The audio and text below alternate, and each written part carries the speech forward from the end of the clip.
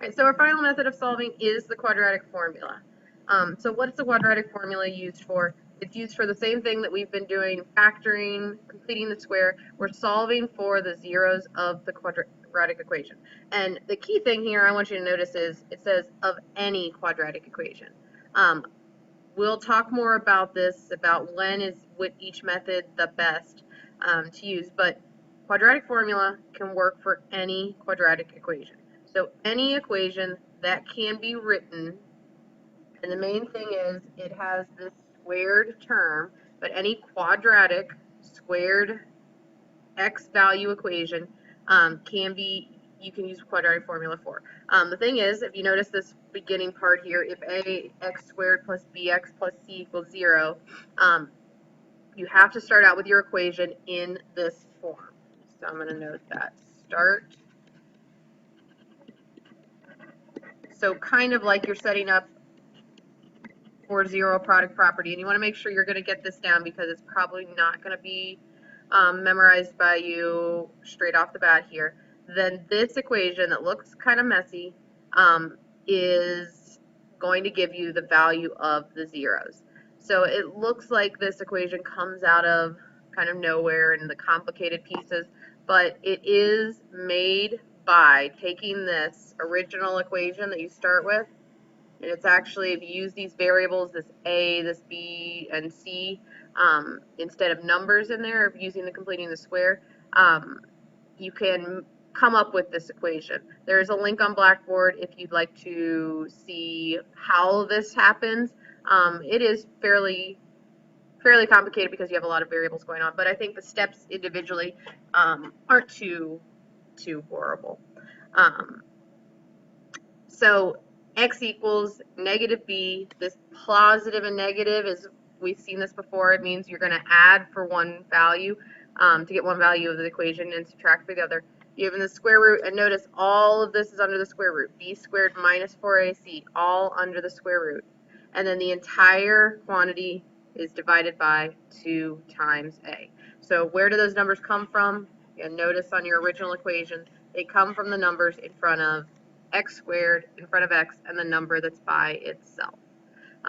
Notice that those values appear here. B's, there's your A's, and there's a C value. So how do we actually use this? It's going to take practice. That's the main thing. And we're going to kick off the practice with me showing you how to do a basic equation here. So I'm going to do this one. And the nice thing is, actually, there's not any like tricks or anything to it. It's just a matter of plugging in, and like any formula, plugging in and going through the right steps to simplify it. So the first thing I want to do here is I'm going to look at before I start plugging in my values, what are my A, B, and C values in the equation. So this equation is already written in standard form, and now you might start seeing, especially now, why standard form is important. The number in front of x squared here, well, there's nothing here, but it's actually an invisible 1. The number in front of x is the b value, so remember ax squared plus bx plus c. So the b value is positive 6, and it's important that it's positive 6, not negative 6, and the c value is positive 8. So if I go through and use my quadratic formula, x is equal to, and I'm going to go ahead and draw my fraction bar, negative b. So what that means is I'm going to draw the negative sign, and then I'm going to put my b value in. Plus or minus square root, and then I have b squared. Remember, when you plug in numbers, substituting, you should always put those numbers in parentheses. So 6 to the second minus 4, and you're going to have to look from the very beginning, you're probably going to have to look at the quadratic formula as you're writing these things down. So this is 4ac. So what operations? We have times in here. So minus 4 times a, so a is 1, times c, which is 8, and then divide the bottom by 2 times that a value is 1. Okay, so from here we've plugged in our a values, our b values, and our c values. now we're just going to simplify. So where, I mean, it's order of operations at this point. Where do I want to simplify first? Well, my tip to you is, I think something that helps me is I'm going to first figure out what is this number underneath the square root. I'm not going to worry about anything else here. I'm going to worry just about what this number is underneath the square root. So off to the side here, I'm going to write 6 squared minus 4 times 1 times 8. So order of operations would tell me to do the exponent first, then to do the multiplication. So I'm going to multiply 4, 1, and 8 together. So that's 32. So that's 36 minus 32, and that equals 4. So another tip to help you with this is do write out every single time you're going along here, show what things you change, and rewrite the rest. So -6 didn't change, plus minus, the only thing I've done so far is figure out that this number inside the square root is 4. Divided by, and I'm going to go ahead and take care of 2 times 1 because that's just 2. All right, to go further. -6 plus or minus the square root of 4, well, okay, I can take that square root. So -6 plus or minus 2 over 2. Okay, so the first thing I really want to focus on is that square root. From here now, I want to go ahead and figure out what my two answers are. Once I have that square root done, the next step, if you remember back from the very beginning of the year, you have this kind of invisible parentheses around your numerator and denominator. We want to figure out what number is in the numerator first before we continue on. So we have this plus and minus. So from here, we're going to need to execute an addition to simplify the numerator, and we're going to have to execute a subtraction to simplify the denominator. So from here, once I have that square root simplified, what I want to do is break this into two problems. -6 plus 2 divided by 2, and -6 minus 2 divided by 2.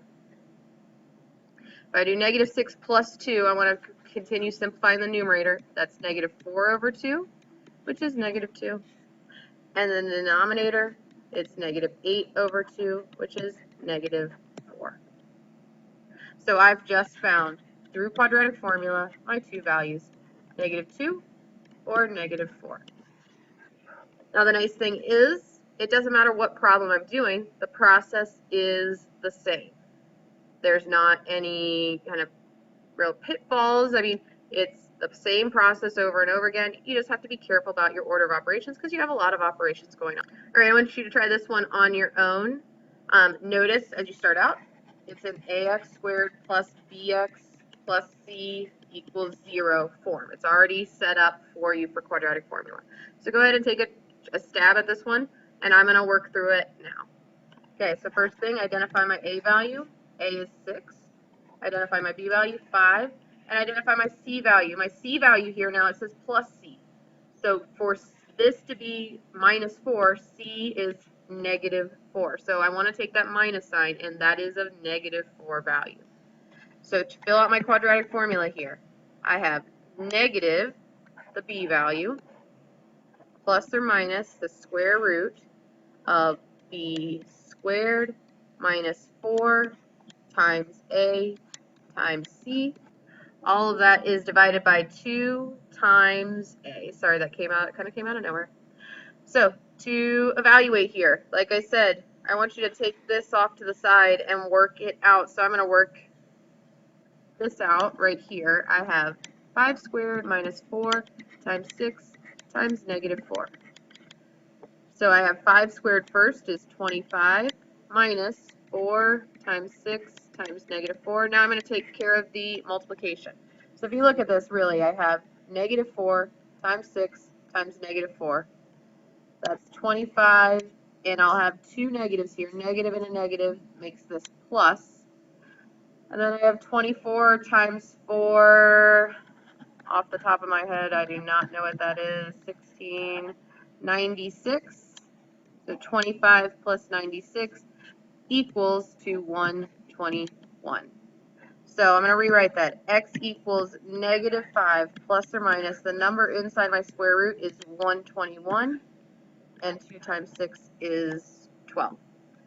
So worry about getting that square root down to its value before you do anything else.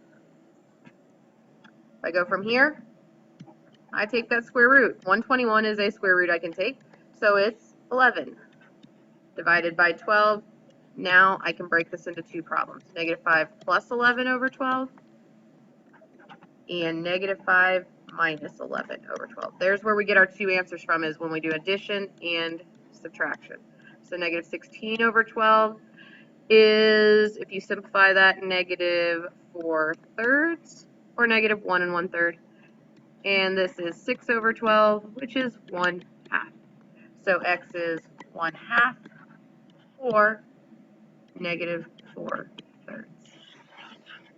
Either of those two values. All right, we're going to try one more problem. And the thing is, before you start this one, remember what I said important about how you set up the beginning.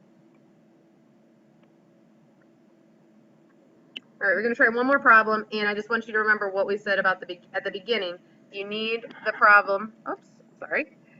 You need the equation. Thought I had my pen. You need the equation in this form: ax squared plus bx plus c equals 0. So right now our equation's not in that form, so you need to do whatever it takes, whatever steps, algebraic steps it would take to make it in that form. Now I'm going to go with the easiest way I can do that, and that is to just subtract 3 from both sides. 4x squared, this is not a like term, so it's 4x squared minus 5x minus 3 equals 0. Now I can solve this using quadratic formula. So a is 4, b is -5, c is -3. So when I do my quadratic formula here, x equals negative, my b value is -5. So we'll talk about what that means in a second here, but right now I'm just focusing on plugging things in. Square root of b squared minus 4 times a times c, all of that divided by 2 times a. Okay, if I focus in on what's inside the square root, -5 squared, notice I put that in parentheses, times a times c, whoops, that's +4, and -3. Okay, so exponent here. Why did I put this in parentheses? Because -5 squared is -5 times -5, so +25. -4 times 4 times -3. I have a negative and a negative, so when I do this, 25, this becomes plus, and then 16, 4 times 4 is 16, times 3 is 48. So I have 25 plus 48 is 73. So I have -5 plus or minus the square root of 73 over 2 times 4 is 8. Okay, so to deal with this -5, as you hopefully might be able to guess, -5 is just +5. So I have 5 plus or minus the square root of 73 over 8. And because I want you to leave your answers in their exact form, I don't want a decimal approximation. We're going to leave the answer, because we can't take the square root of 73, we're going to leave the answer as that. Now, if I asked you to approximate with decimals, like we wanted to, this is a very odd looking answer, we wanted to see what this is near, then you would write out and you would do this 5 plus square root of 73 over 8, and you would do 5 minus square root of 73 over 8. And use your calculator to approximate, and square root of 73, just on my calculator here, is about 8.54. So you could plug that in, and we could do an approximation, but we're not going to right now. But if we needed to get a decimal, we could do it with an approximation of, and I did notice I did the about sign here, close to estimate. We're rounding that, so it's not the exact answer. But if I want the exact answer, if I can't take the square root, I'm going to leave it in this form. X equals, and I'm taking care of the two answers by leaving this as plus and minus. I want to leave you with some problems to practice in your notebook. These 4 problems will have a key to check those, but I want you to get a little bit more practice here before you go off on your own. So practice and you'll